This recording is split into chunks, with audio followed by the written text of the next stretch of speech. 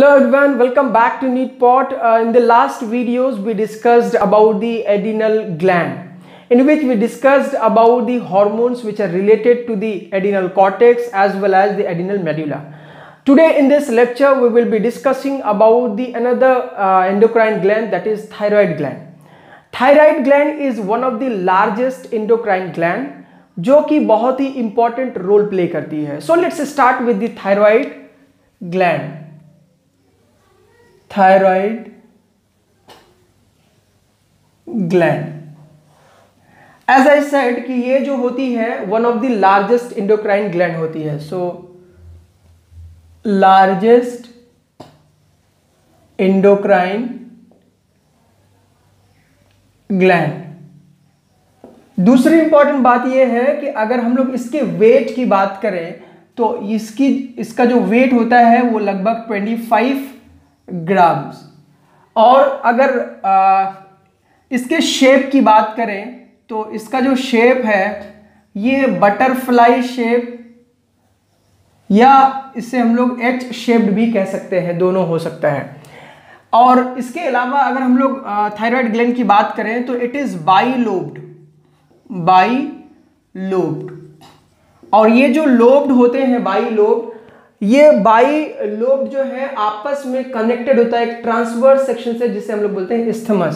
So lobes are connected by isthmus. Important होता है ये. इसके अलावा अगर हम लोग लोब्स के अलावा अगर बात करें तो जितने भी मतलब थायराइड ग्लैंड की अगर हम लोग बात करते हैं तो thyroid gland basically consist of about 3 million of oval और राउंड फॉलिक्यूलर सेल्स, और we can say follicles. So consist of about 3 million thyroid follicle. और ये जो फॉलिकल्स होते हैं ये राउंड या ओवल हो सकते हैं. इस तरह से राउंड या ओवल दोनों हो सकते हैं. और ईच फॉलिकल यानी ईच थायराइड फॉलिकल जो होता है वो लाइंड होता है, या एक तरीके से उसके चारों ओर जो सेल्स पाई जाती है एपिथेलियम सेल्स, या एपिथेलियम की जो लेयरिंग होती है उसमें एक्टिनल सेल्स पाए जाते हैं. सो each follicle is lined by epithelium of achinal cells. और इन एक्टिनल सेल्स की खास बात यह होती है कि they are cuboidal glandular and follicular in nature. So basically we can say that each follicle is lined by cuboidal glandular follicular epithelium of achinal cells. यानी achinal cells की एक खास बात होती है कि क्यूबॉइडल होती है, ग्लैंडुलर होती है, फॉलिकुलर होती है. अगर हम लोग इसके स्ट्रक्चर की बात करें तो कुछ इस टाइप से स्ट्रक्चर होता है. लेट्स से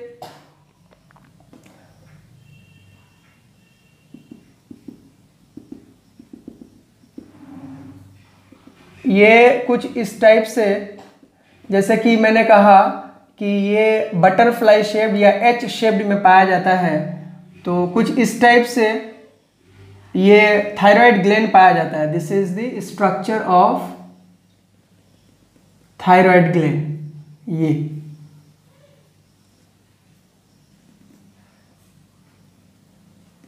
जो कि जैसे मैंने कहा कि ये बाइलोब्ड होती है और कुछ इस टाइप से स्ट्रक्चर इसका बाइलोब्ड होता है. दीज आर दी लोब्स, ये लोब्स हैं. ठीक है. और अभी जैसे मैंने आपको बताया कि ये जो ट्रांसवर्स सेक्शंस हैं कुछ इस टाइप से, दिस इज द isthmus.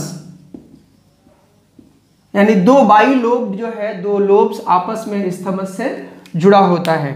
और इसके अलावा इसमें कुछ और भी स्ट्रक्चर्स पाए जाते हैं जिसे हम लोग आगे के लेक्चर्स में कंप्लीट करेंगे या इसके बारे में डिस्कस करेंगे। These are called parathyroid, parathyroid ये, और ये आपका क्या है, थायराइड ग्लैंड है, थायराइड ग्लैंड। इसके अलावा इसमें कनेक्टिव टिश्यूज पाए जाते हैं। अगर इसी को आप थोड़ा मैग्नीफाई करके देखेंगे तो इस तरह से डायग्राम मिलता है। दिस इज, लेट्स से कि ये फाइब्रस कैप्सूल है जो बाहर की ओर पाई जाती है। This is the fibrous capsule. इसके अलावा जैसे अभी मैंने कहा कि लगभग 3 मिलियन जो फॉलिकल्स होते हैं, थायराइड फॉलिकल्स होते हैं, वो पाए जाते हैं। सो यहाँ पे कुछ इस टाइप से फॉलिकल्स स्कैटर्ड होते हैं, और ये फॉलिकल्स जो हैं, जैसे अभी मैंने कहा कि दीज आर दी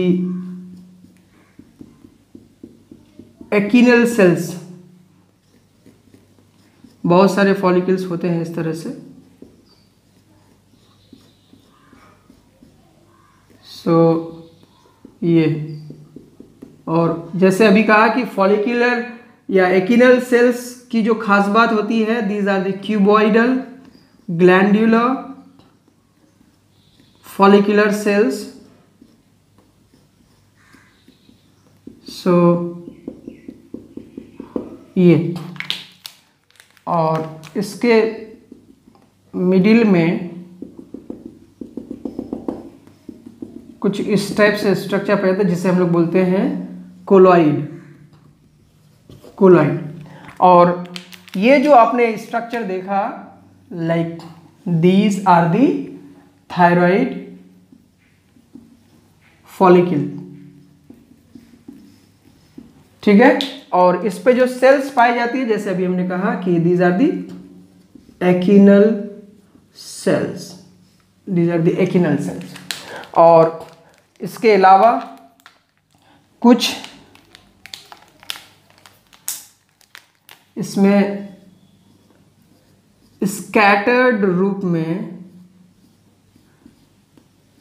सेल्स पाए जाते हैं जिसे बोला जाता है para follicular cells, parafollicular cells. और ये सारे के सारे यानी पैराफॉलिकुलर सेल्स जो है स्कैटर्ड होता है कनेक्टिव टिश्यूज में।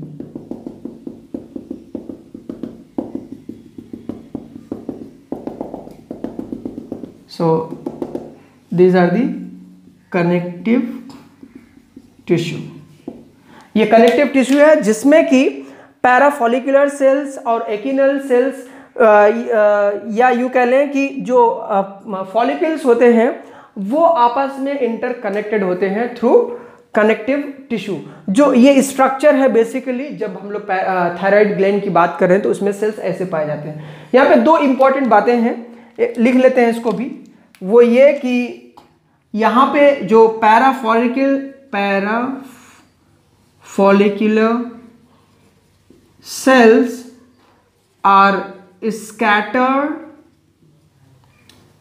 in the connective tissue। दूसरी इंपॉर्टेंट बात यह है कि जो हम लोग थायराइड ग्लैंड की बात करते हैं, इसका जो कलर होता है वो ब्राउनिश रेड होता है। So colour is brownish red. So these are the information about the thyroid gland, जिसमें हमने बेसिकली इसके स्ट्रक्चर की बात की और इससे रिलेटेड कौन कौन से सेल्स हैं इसकी बात की, इसके शेप के बारे में बात की। सो इन द नेक्स्ट वीडियो हम लोग बात करने वाले हैं जो हॉर्मोन्स रिलीज होते हैं थायराइड ग्लैंड से, और जो प्रीवियस ईयर के मेडिकल में AIPMT में या एम्स में जो क्वेश्चंस आए हैं उसको हम लोग देखेंगे। So that's all for the today. If you like my videos, please subscribe the channel, share the video as much as you can.